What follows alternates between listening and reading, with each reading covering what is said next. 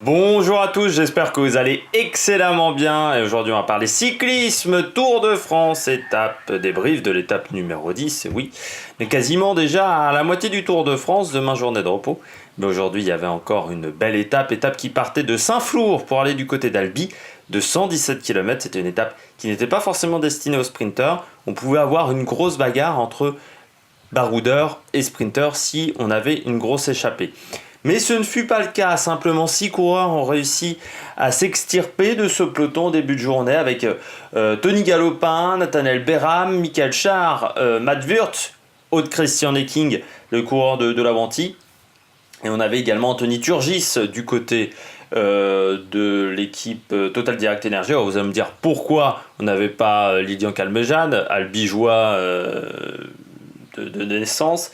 Et bien, tout simplement parce qu'il a fait la première attaque, mais il n'a pas réussi à ressortir après derrière. Ça a mis un petit peu de temps à se faire l'échapper aujourd'hui. C'est quand même un gros raté. Et pendant toute la journée, on a senti que moralement, le fait de ne pas se retrouver dans l'échappée sur une étape qu'il avait cochée, ça lui a fait beaucoup de mal. Bon, en même temps, après, c'est pas trop un problème pour lui parce que la victoire, on le sentait assez vite, n'allait pas se jouer du côté de l'échappée, avec un peloton qui n'a jamais laissé plus de 3 minutes aux 6 hommes. Et puis dans les 60 derniers kilomètres, on a commencé à avoir pas mal de vent de travers, un vent plutôt fort, aux alentours de 30-35 km/h, ce qui pouvait permettre des coups de bordure. Grosse accélération à 55 km de l'arrivée, jusqu'au pied de la dernière difficulté du jour. Et puis ensuite, nouvelle accélération à 30 bornes de l'arrivée, qui a créé des coups de bordure, action menée par l'équipe de Julien Lafilippe et de Conan Quick-Step, mais également avec le team Ineos et pendant un moment la Movistar. Et donc dans les 30 derniers kilomètres, on a eu un peloton borduré avec 3-4 groupes et des coureurs qui se sont fait avoir comme Thibaut Pinot ou Fabio Aru, mais on reviendra là-dessus sur les grands perdants du jour.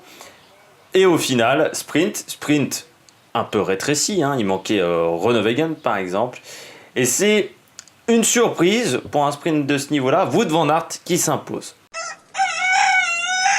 Le français du jour, Julien Alaphilippe. Alors pourquoi Julien Alaphilippe, vous allez me dire? J'aurais pu mettre Thibaut Pinot qui a perdu beaucoup de temps, mais déjà moi je préfère mettre les coureurs qui réussissent lorsque je parle du français du jour, qui sont à l'avant. Vous vous souvenez sur le Giro, je parlais souvent des coureurs qui étaient à l'avant. Là, pourquoi Julien Alaphilippe? Tout simplement parce que premièrement, il passe une journée plutôt tranquille pendant 50 km en Corse. C'est pas vraiment les Quick-Step qui font la majorité du travail. La Bora roule plus, je trouve, que les deux Conan Quick-Step, mais surtout quand il a senti qu'il y avait peut-être une possibilité pour accentuer son avance au niveau du maillot jaune, eh bien il l'a réalisé. Julien Alaphilippe, il a décidé d'accélérer fortement dans le final. C'est au départ lui. Ça part de son accélération à lui, de coup de bordure, et puis ensuite ils ont été aidés par les Ineos. Mais voilà, un gros travail, et puis au final, désormais, il a une avance de 1,40, je crois, sur le numéro 2. Ça peut lui permettre d'être en tête jusqu'à l'étape de Pau, parce que je pense pas qu'il perde une 40 sur la première étape de montagne. Donc je pense qu'il peut conserver son maillot jusqu'à vendredi prochain, ce qui ferait donc quasiment 10 jours en jaune. On nous rappelle un petit Thomas Vauclair, mais bonne journée de la part d'Alaphilippe et bonne idée d'avoir décidé de faire ce coup de bordure. Attaque de Marlou! Les coureurs au top, on commence avec le vainqueur du jour quand même. Wout van Aert. Wout van Aert incroyable. Comment gagner en étant seul? Parce que dans le final, il est totalement seul. Parce que l'une des équipes qui s'est fait avoir, c'est la Jumbo. Avec un Georges Bennett 4e du classement général qui, au moment du coup de bordure, est en train de remonter des bidons. Qu'est-ce qu'un 4e du classement général va remonter des bidons? Je pense qu'on pouvait mettre un autre coureur. Tony Martin, pareil, qui se fait avoir de la même manière, avec en plus, lui, ce qui est encore plus impressionnant, avec le gilet, bidon d'eau, donc ce qui fait qu'il n'a donné aucun bidon à ses coéquipiers. Je sais même pas où finit Kruijswijk au final, j'ai pas trop regardé, parce que pour moi, Kruijswijk, je le vois pas forcément comme un favori, mais je crois qu'il était dans le premier groupe quand même. Mais surtout, Wout van Aert, il n'avait pas d'équipier pour l'aider dans le final. Il a dû faire les 30 derniers kilomètres tout seul.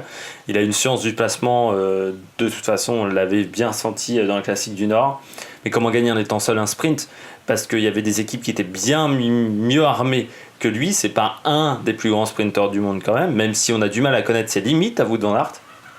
Et il a décidé de surprendre tout le monde. Déjà, il a pris les roues, de Caleb Ewan ou de Viviani, donc voilà, pour pas se faire avoir. Et puis ensuite, eh bien, il décide d'attaquer avant les autres parce qu'il sait que lui, il n'a pas forcément le punch pour battre ses adversaires, mais qu'il a l'endurance. Et il a fait un sprint de 250-300 mètres, ce qui fait qu'il surprend Viviani, il surprend Caleb Ewan. Alors ça ne joue pas grand-chose avec Viviani au final, hein, qui échoue pour pas grand-chose, mais bon voilà, victoire pour Wout van Aert, première victoire sur le Tour de France. On pensait pas que ça serait une victoire au sprint, ou au moins dans un sprint, dans un tout petit comité, bien plus faible que celui-là, mais au final il a fait une très très bonne course, et c'est un troisième sprint remporté par la Lotto, par la Jumbo Visma, avec un troisième coureur différent. Et ça, je crois que c'est une première dans l'histoire du Tour de France. Parce que, enfin, moi, j'ai jamais vu une équipe gagner avec 3 sprinteurs différents. Maintenant, on va faire un petit peu différemment de d'habitude. Normalement, je vous cite 2 noms, hein, normalement, 1 ou 2 noms. Là, on va plutôt faire les grands gagnants de la journée au niveau des coups de bordure. On fera pareil au niveau des bonnets d'âne. Donc, les grands gagnants de la journée, pour moi, si on prend les coureurs étrangers, au niveau du classement général, c'est Bernal et Geraint Thomas qui sont dans le premier groupe, Quintana également, Adam Yates, je pensais pas qu'il serait aussi bien classé même en fin de première semaine, il est plutôt bien. Puis un autre également qui pour moi me surprend, c'est Roman Kreuziger. On n'en a pas entendu parler de Roman Kreuziger du côté de la Dimension Data. Je rappelle, il a changé d'équipe, pour ceux qui ne le sauraient pas, qui ne suivent pas vraiment attentivement le cyclisme. Kreuziger, eh bien, et je crois 17e du classement, dans les eaux en fait de Romain Bardet. Donc voilà, c'est plutôt bien pour un coureur qui, je pense, vise un top 10. Rien n'est perdu pour Roman Kreuziger pour son top 10. Ça pourrait sauver un petit peu le Tour de France Dimension Data, qui n'est pas exceptionnel.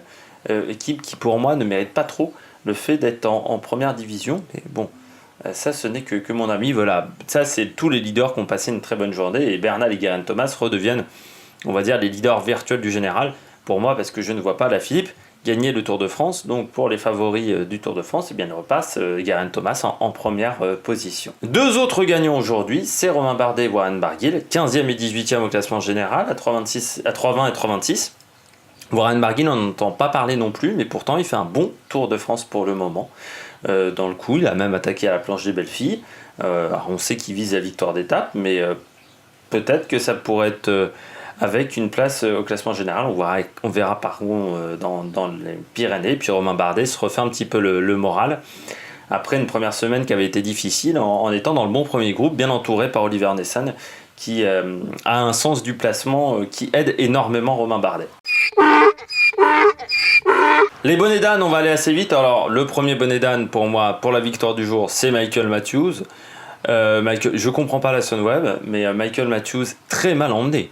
Il faut le dire.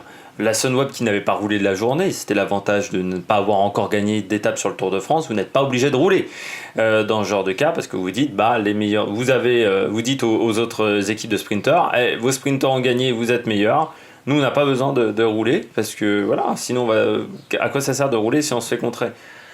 Donc c'est une stratégie, ce qui fait que la Sunweb peut rouler. Chance, la Sunweb est une équipe néerlandaise, donc est toujours très bien placée dans les coups de bordure. C'est quand même les Flamands, les Néerlandais sont quand même les spécialistes pour être très très bien placés sur ce genre de cas. Donc ils sont nombreux dans le final, ils sont 4, 3 devant Michael Matthews, et on commence à rouler à 2 bornes de l'arrivée, à plus de 2 bornes de l'arrivée. Alors là, je me dis pourquoi, parce qu'il n'y avait pas besoin de se mettre en tête aussitôt, aussi loin de l'arrivée en fait. Pour les Sunweb, c'est déjà leur première erreur, ce qui fait que dans le final, ils se retrouvent à être cramasse les derniers coureurs. Ce qui fait que le lanceur de Michael Matthews, il accélère pas, il ralentit Michael Matthews. Et puis Michael Matthews, au lieu de se dire à ce moment-là, je me mets devant et puis j'essaye d'éviter de me faire enfermer, se fait enfermer comme un bleu parce qu'il perd de la vitesse. Et donc il peut pas lancer son sprint, contrairement à Viviani, contrairement à Wout van Aert quand il démarre, contrairement à Caleb Ewan, contrairement à Sagan, et il finit très très loin. Donc très mauvaise journée, je trouve, de côté de Michael Matthews, qui m'a l'air en plus de ne pas être en très grande forme. Et puis on finit ces bonnets d'âne avec tous les coureurs qui ont perdu du temps. Alors on commence avec Thibaut Pinot, Rigoberto Urán, Richie Porte, Bokeh Le Mollema, parce que je le mets quand même en leader de chance du côté de la Strek, et Jakob Fuglsang. Eh bien 1 minute 40 de perdu, c'est quand même dommage de perdre du temps sur un coup de bordure, surtout que là, aujourd'hui, il y avait eu un prémisse, l'accélération à 55 bornes de l'arrivée jusqu'au pied de la côte de troisième catégorie, de la dernière côte de la journée, qui allonge énormément le peloton avec le vent de côté. C'était un prémisse à se dire oh là là, faut que je fasse attention, il faut que je me replace dans la côte ou en haut de la côte, parce que s'il y a de nouveau du vent de côté, je peux me faire avoir. Sauf qu'ils n'ont pas été capables de le faire. En plus, après, ils font vraiment un mauvais coup stratégique, je trouve, en décidant de vouloir revenir à tout prix tout de suite, au lieu de limiter la casse et d'essayer de revenir si on y arrive. Et c'est pour ça qu'ils perdent une 40, parce qu'ils ont perdu beaucoup d'équipiers très rapidement, au bout de 5-6 km de poursuite, parce qu'ils roulaient vraiment à fond, alors qu'il aurait mieux fallu faire attention, essayer de conserver ses équipiers, rester peut-être à 40 secondes, 50 secondes, et puis tenter de revenir sur la fin d'étape. Et de toute façon, 40-50 secondes, ça aurait fait un écart moindre par rapport à une 40, donc je trouve une mauvaise gestion. On a un peu paniqué dans ces équipes-là. Et puis je termine avec Fabio Aru et Guillaume Martin, qui ont perdu 2 minutes 09 pour une raison très simple. Ils n'ont pas réussi à suivre quand Pinot, Uran, Fulsang, Porte ont décidé d'accélérer dans le deuxième groupe. Et puis Mikel Landa, qui lui était dans le premier groupe. Pas de chance, il a eu un problème, j'ai l'impression, technique sur son vélo. Et dans ce genre de conditions, quand vous avez un problème technique sur vos vélos, vous perdez tout de suite beaucoup de temps. Et il a perdu 2 minutes 09. Donc c'est une mauvaise opération pour ces trois coureurs-là. Landa doit être déjà à 3,30, 3,40.